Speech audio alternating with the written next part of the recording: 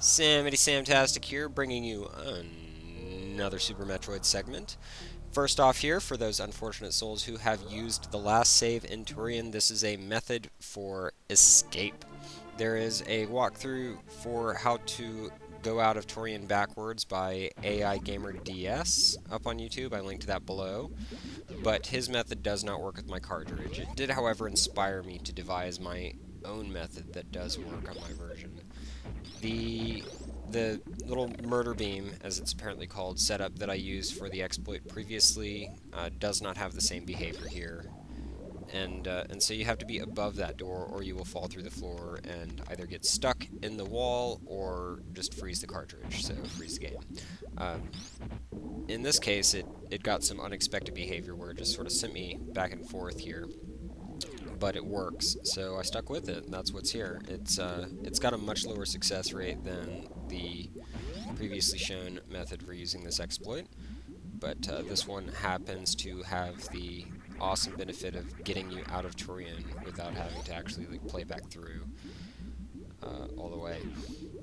Also attached here is the massively abridged version of how to get through the game without the high jump boots. My brother has specifically requested this. He said he hasn't seen any videos of people doing that, so he asked that I show my method, and I had to chop out almost all of it because I performed it as sort of a single segment. It took about an hour and 20 minutes. I may cut it into pieces and post them up in a playlist for you if you guys want to see that. But here I basically just cut out everything that wasn't incredibly significant for the process. Just kind of a basic run-through of what items I get in what order. And there are a couple of pretty significant moments of sequence breaking. One of them I learned about very, very recently from tasvideos.org. I'd seen it performed in some speed runs, but couldn't figure out how to do it on my own, so I read about it on tasvideos.org. And they have a pretty good explanation. It's something that you do called the... I misplaced the name there. Okay, the Spore Spawn, and it allows you to move very, very quickly as the ball. And this is the room in which it's performed. It allows you to get the super missiles early. The system that you use for it is you have to do it after the apex of your jump. So you start running up to the speed that you want to be going, get yourself a little bit of room to do that, jump as you're going through this door, and you let go of the run button, and while you're holding jump, you go into a ball and keep heading over to the right, and you'll do it at high speed and get past those doors. The reason that you would want to get the super missiles in this method instead of the normal way, the normal method requires you to fight this big stupid swinging plant thing. If you've played through this game, then you know what I'm talking about. It's not really hard, it's just it takes a long time and it's kind of obnoxious, and I didn't want to do that this time, so I figured out how to do that trick, and it worked out for me. In order to get through the game without the high jump boots, you need to kind of master wall jumping. There are a lot of places where you gotta have that timing perfect, this being one of them right there. You can't even see what you're doing, you just have to know how to do it. And after getting up here, that allows you to head on your happy way to this super missile upgrade. And there you have it. Next up, as a pretty awesome little sequence break, well, this is a pretty basic one right here. It allows you to get this missile upgrade prior to getting the grapple beam. If you see at the top, you're supposed to have the grapple beam to get up here, but you can do it with wall jumping if you time it right, with or without the high jump boots. You pick up the charge, and I actually do use that to defeat Kraid. This is the next big sequence break. I actually figured this one out on my own. The first thing that I like to do is kill all of these guys, because I don't have the ice beam yet and cannot freeze them. So you bring 5 missiles, because you'll probably miss with one of them, or at least that's what I did. And so after you clear the path out of the way, you have to wall jump up through the hole at the top. That you shoot that hole open, and then there's a very specific spot that you have to jump from, and it's the bottom of those two little squares right there. And if you can time it just right, then you can get through. I did not get that right on my first try. As you come over here, it's really not a safe place to be this early in the game. I was intentionally taking damage from those guys so that I would not get goof up and get bumped into those little munchy pits. It's just one of the things that you have to do there if you're showing up super early. Here's another good place to wall jump to get something pretty early. This is something, normally you'd have to get this after the high jump boots, but I don't like waiting that long. In this case, I don't like getting them at all. And this allows you to get the spazer if you know how to wall jump. So again, if you're not good at wall jumping, train it up. It's an incredible skill. So this is, you're not supposed to be able to get up there without the high jump boots, but again, wall jumping makes it win there. So you kill that big jerk, and bye-bye Kraid. You get the Varia suit, or Varia suit, or Varia suit, or however you feel like pronouncing it. Makes no difference to me. Get some extra energy there, because you might need that as well. Kind of running through some of these more difficult areas early. You do need to bomb jump to get up through there. My timing on that is not very good. In the full version, you'd be able to see I had to work at that a little bit. Right here is another good place where wall jumping lets you do things out of order. I do not have the grapple yet. I do know how to wall jump, and therefore I'm able to get the wave beam, which then lets you shoot through walls. Oh, wave beam, how I love you. I do a couple of pretty ballsy things in this playthrough that normally I probably wouldn't have attempted as a single segment. But after getting the speed booster, you know, why do things forward when you can do them backwards?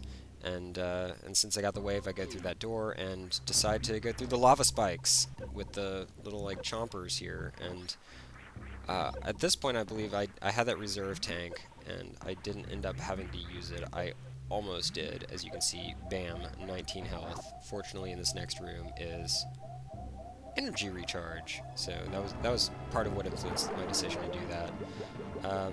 Next on down, you go to get the grapple beam. But you can get this energy tank before you get it, as long as you just try to not spend too much time hanging out in that acid lava death down there. If you do that jump and head up to the right, you can get a missile recharge up there, but it, as I discovered, does not work if you don't have the high jump boots. So you'd actually have to grapple your way across the top, and it is not worth it for a missile power-up. So you can wall jump your way out of there. Next up, you head down and get the ice beam. And then you come to this room, and I was dreading this, because you have to freeze that enemy and bomb jump off of it, and I did not have the timing right. It actually got to the point I was so frustrated I shot the other 3 enemies there because I just wanted them dead. And then I made a fantastic discovery. This is something that I guess I just gave up on it before. I never figured that it would work, and as you can see, it does. You can actually just wall jump out of there, off of that guy.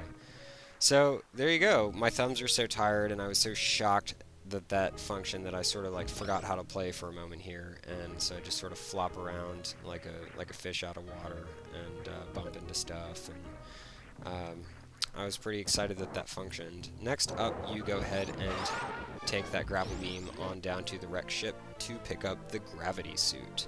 After you get the gravity suit, guess what? Yep, you get to go right back where you just were. Back down there. Except this time you don't have to freeze anybody. You just crack this tube open. And yeah, and I gotta say, this room was really, more than anything, the run breaker for me. This is just sort of like an outtakes reel, comedy relief here. This is what I was I think I lost more time doing this than anything else at all during this process, which is surprising, because as far as like, required skill is concerned, I don't think that this is really that difficult of a room. Maybe it was like the amount of time that I'd been sitting just playing that I just forgot how to do anything, or yeah, I spent a lot of time just trying to get through this room. And the really depressing thing is that this is so close to where you can get the space jump, and once you get the space jump, you don't have to worry about the high jump boots anymore. It's yeah.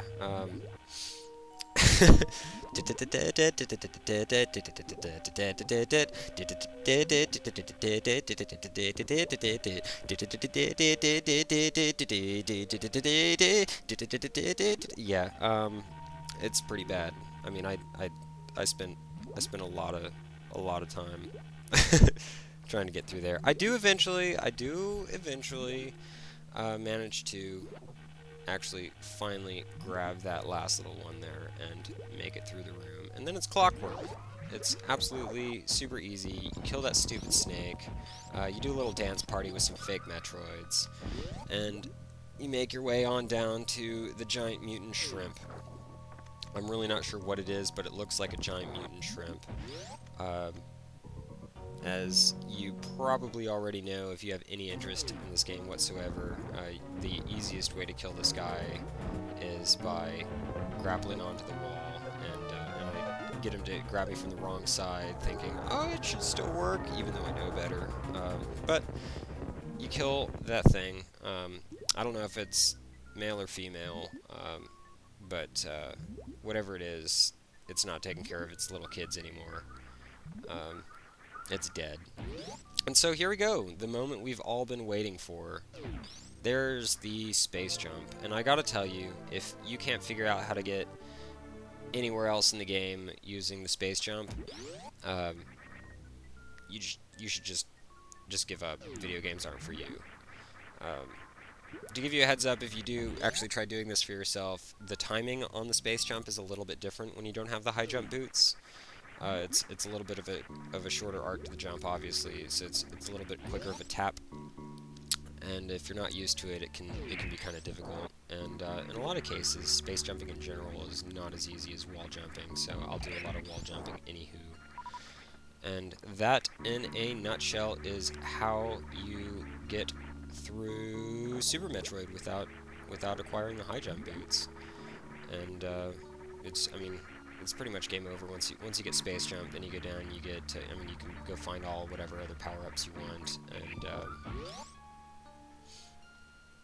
get yourself some screw attack and spring ball action going on, and there you have it. So there you are. No high jump boots. If you've watched this far, it probably means you like the video, so go ahead and give it a thumbs up if you would, and subscribe if you haven't already. If you have, then thank you, you guys are awesome. And let me know if you want me to put up the unabridged version of the video, the full length one, where I actually do show the full single segment of me struggling through that entire process.